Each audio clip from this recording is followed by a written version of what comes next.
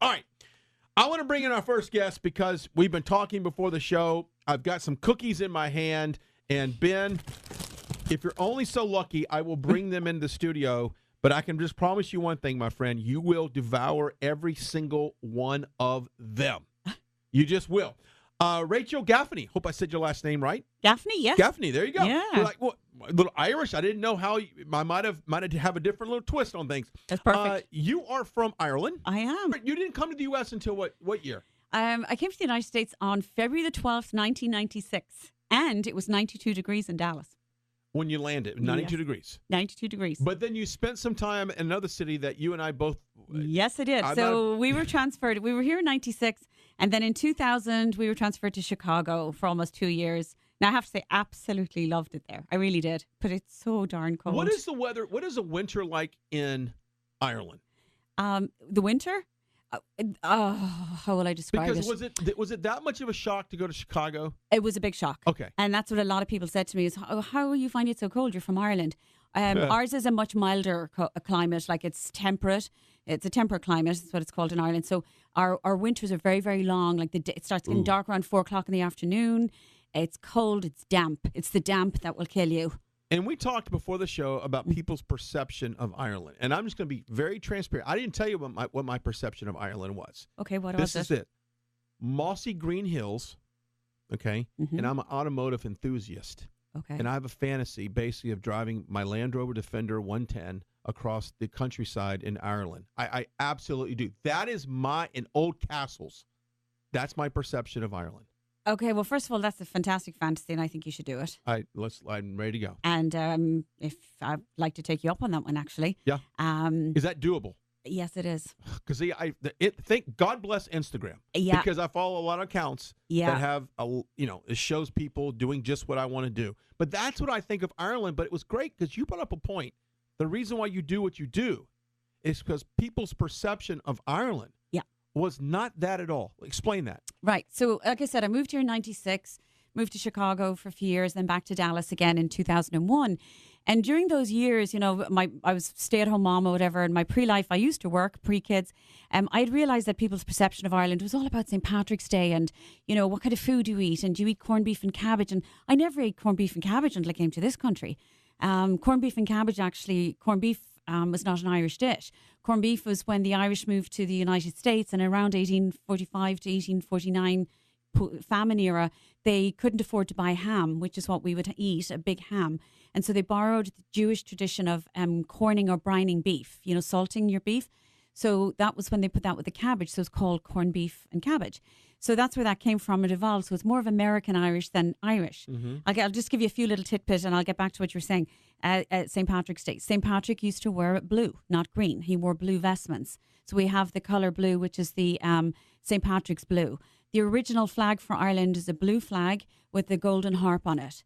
That was the flag that we had when King Henry VIII was on the throne. That flag still flies outside our president's residence in Ireland. It is the presidential standard.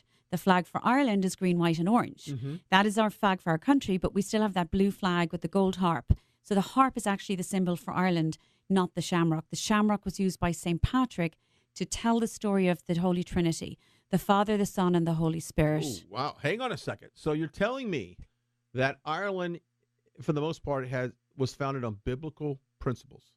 Prior to that, it was a pagan country. Okay. So Patrick came along. St. Patrick died on March the 17th, 421 AD. And that's when we were a Christian country from then on. Wow. Prior to that, we were pagan. You've heard about, the mythology and the Celts and the lunar and the sun and that was what we did. We worshipped the gods and everything. So St. Patrick was kidnapped. He wasn't actually from Ireland. His name was Patricus. He was from... The English claim he was English, the Welsh claim he was Welsh. He was from right on the border of Wales and England, so somewhere between the two.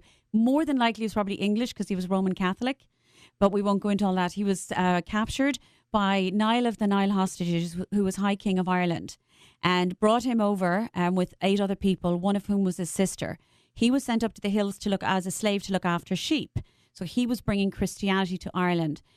He leant down into the mountains. You picture the mossy green hills.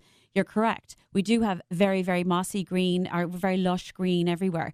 And he picked up some shamrock to use as an example to try and explain to people that the concept of the Holy Trinity, the Father, the Son, and the Holy Spirit. And as we know, the shamrock has 3 leaves. So that's what he used, and that's been used ever since. Rachel Gaffney is our guest. And the website, because I know there's 2. I'm going to make sure I get the right one. The website is at rachelgaffney.com. RachelGaffneys.com. Gaffneys.com. GAFFNEYS.com. Absolutely. So when you go on the website, you'll see all the different things that you offer. Travel is one of them. And if a lot of people are thinking about traveling over the summer, is the summer a good time to travel to Ireland? Oh, fantastic. In actual fact, Ireland is off the charts busy. I know because I book for clients all the time. I look after all the travel to Ireland. And one of the things that's happening is a lot of people are not going to certain European countries. There's a lot of, as you've heard, there's a certain thing called Brexit going on.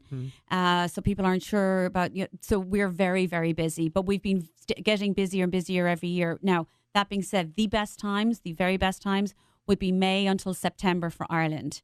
It is also peak season, but it's when the days are really long. So you'll be out at 10 o'clock at night and it's still, I mean, you could play golf. Not that the golf courses are open, but it's so bright. And the days are very long. Our beaches are phenomenal in Ireland. What's the currency? Euros. Okay, so the euro. So how's the dollar right now versus the euro? It's the lowest it's ever been. I know that because like I said, I'm booking for clients and I pay in euros. And at the moment, 2 or 3 days ago, so don't hold me to it today, sure. But it was 1.12. So 1.12. $1 cost me 1.12. Okay. So now I've done 1.20, 1.32. So it's relatively low right now. Yeah, so it's a good deal for you, really. It's a good deal for us. It is a good deal for us, and it's not bad. Now, it's still a more expensive country, period. But there are a lot of things that you can look out for to know about before you go. In actual fact, I'm doing a show next Wednesday. You know that show I do, that podcast, and I have a live show streaming every Wednesday now on Facebook, YouTube, and Twitter. I love it. And it's for half an hour, and you can see me, and I link with guests live in Ireland. And last week we were connected with Dromoland Castle. You got to peek inside the castle. But next Wednesday I'm doing one all about the things you need to know before you go. So I'm going to talk about all the things that people don't realise. So, for example, if you're in Ireland and you're in Dublin and you go up to County Louth, the next county, and then you keep going up along, before you know it, you're in Northern Ireland. You're crossing over the border. It is a soft border, which means there's no physical structure or police or customs patrol for now, thank God. But I'm not so sure what's going to happen with Brexit. But as soon as you cross over, your cell phone will change. You go to a gas station on the other side of the road, you're now paying in sterling because you're now in those 6 counties of Northern Ireland that are part of the United Kingdom. Unbelievable. RachelGaffneys.com is the website. Let's take a break, come back. We'll talk about a little bit more of shopping and the events. And you know what? You're blowing my mind on the St. Patrick's Day. And the flag, I feel like I should just, do away with what I knew before and go with this harp and this blue flag. Doing that, and coming up, a very special guest. You may know him from your childhood. I'll explain a little bit later.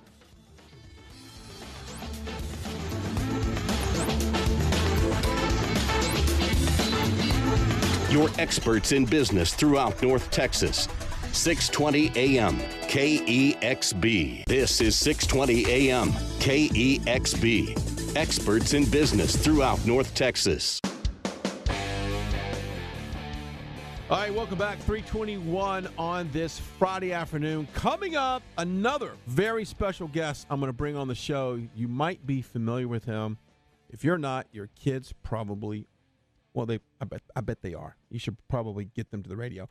Rachel Gaffney's our guest in the studio. She is how do you describe yourself? Because I want to say travel expert. You're around the Irish lifestyle brand. Yes. A connoisseur. Thank God people can't see me. I'm getting tripped up on my own tongue here, which is very unusual. Everywhere too, oh my gosh. I basically am curating everything about Ireland, and I'm trying to elevate it a little bit so that people can see, whether it's fashion or food or travel or history or TV, that there is so much more and there's so much to do with Ireland. Well, let's talk about shopping for a second. When you came in and you said, hey, you could go into any major department store and you just don't see items from Ireland. You see items from England, you see items from, you see a lot from China, right? You see items from around the world, but you don't see anything represented from Ireland. Why is that? The answer to that is I don't know yet. And back in 96, 97, as a consumer, I started to notice if I went to Williams Sonoma, Sur La Table, Nordstrom's, whatever it was, mainstream shops, I thought, why am I not seeing the really nice products?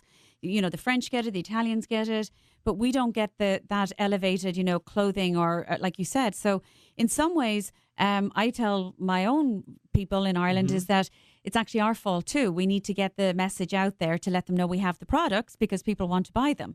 So what I decided to do by starting my brand is I sell all of my products based on quality first. And oh, by the way, they're Irish. So I'm not selling to a nationality. That gets into a whole marketing strategy, which is a whole other kettle of fish that I'd like to not talk about on air right now, because that's kind of proprietary. But I have some ideas behind what's going on and what I'd like to do to change that, or what I've been trying to do. But I think once you start wearing the products or showing products just because they're trendy and they're cool, and then people love them, and then, oh, by the way, they're Irish. Can I give you a quick example of one? Sure. So on my show a couple of weeks ago, I was showing a jacket that Kate Middleton was wearing. People know Kate Middleton, you know. I'm sure people have heard of her. She's married to William. Yeah. But anyway, she's wearing this gorgeous jacket called the Bracken jacket. It's like a greeny tweed jacket, beautiful chocolate brown leather buttons. And it was made by Dubarry company in Ireland in Ballinasloe in Galway. And Dubarry, where they make stuff for equestrian and sailing. So it's Gore-Tex boots that I wear that you can stand in a stream and not get wet. They're suede and leather. They're gorgeous. But they also make these equestrian clothing. So she was wearing this jacket and it was Dubarry. And then also the fabric that Dubarry buy are from Tipperary, and it's a company called John Hanley, and they are weavers and they've been making fabrics for over 125 years. And these are products that I carry. Like I sell their throws and their scarves and all that.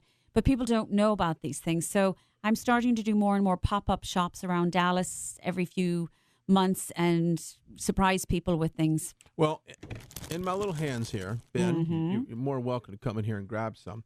I've got some cookies. Yep. Talk to me about these cookies. So what you're eating is shortbread. And shortbread, as most people know, there's Scottish shortbread and there's English shortbread and there's Irish shortbread. Would you like a shortbread cookie? And I'm passing one here around the table. And I started making those back in, I actually started making them in 96, but in 2001 is when I started making it into a business. And they're made with Irish butter. And the butter, is it okay if I say which name butter I use? I love it. I want to know the difference between Irish butter and... So this butter that I'm using is Kerrygold butter. I'm sure your listeners, some people are going, oh, I know that butter. I love that butter. Because you can get everywhere from Costco, Walmart, Trader Joe's, Kroger. I mean, it's everywhere now. But it's gold wrapper and silver wrapper. I make it with unsalted butter. Unsalted. Okay. That particular one is made with unsalted. So the difference, and asking why this butter.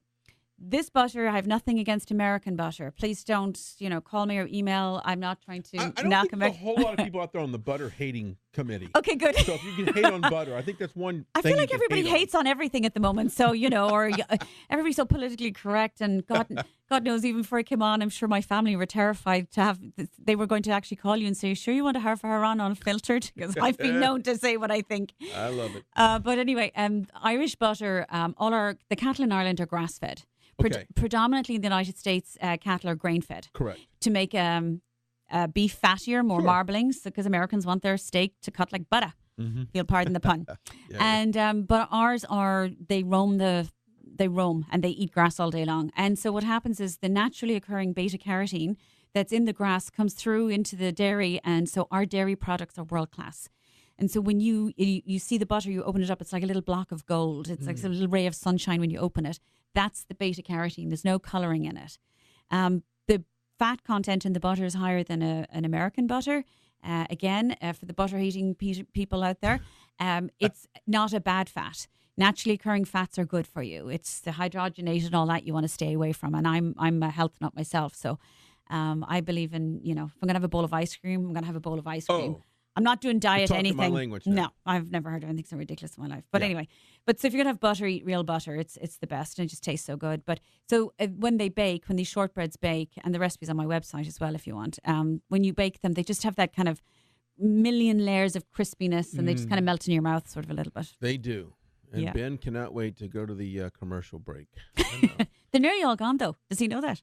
Almost. Okay. Almost. Oh, there's a half of one left. So if someone is thinking about a summertime vacation, Mm-hmm.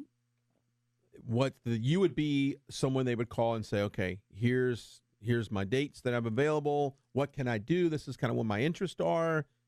Walk me through that. Okay, so typically this is how it works, and this is pretty much 99.9% of the time. Okay. Somebody comes to me, whether it's a family, husband and wife and their kids, or their extended family.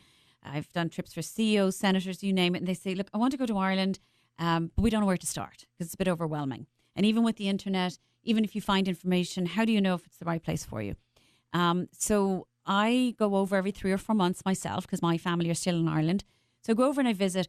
I always take a car for about 5 days on my own, and I drive all over with no agenda. I take note of whether it's a cafe, whether it's an antique store, whether it's a knitting store. I don't care what it is. I like it. It goes in my book, my little blue book.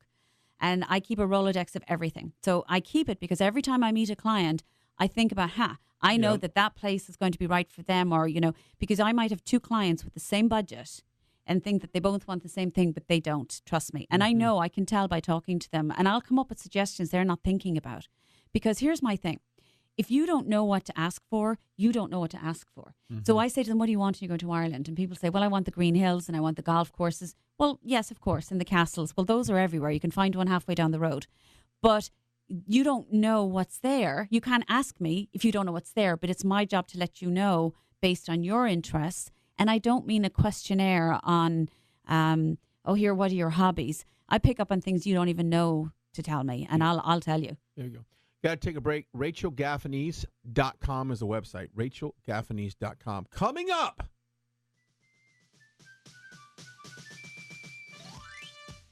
we know the song. We're familiar with it. We'll meet the man in the costume. I'm talking about Barney. We'll do that, and we'll continue to talk about traveling over to Ireland, which was probably the worst accent ever just now of an Irishman. It's sad. You can now leave the show if you're too embarrassed to hang out. That coming up on a Friday edition of In the Know.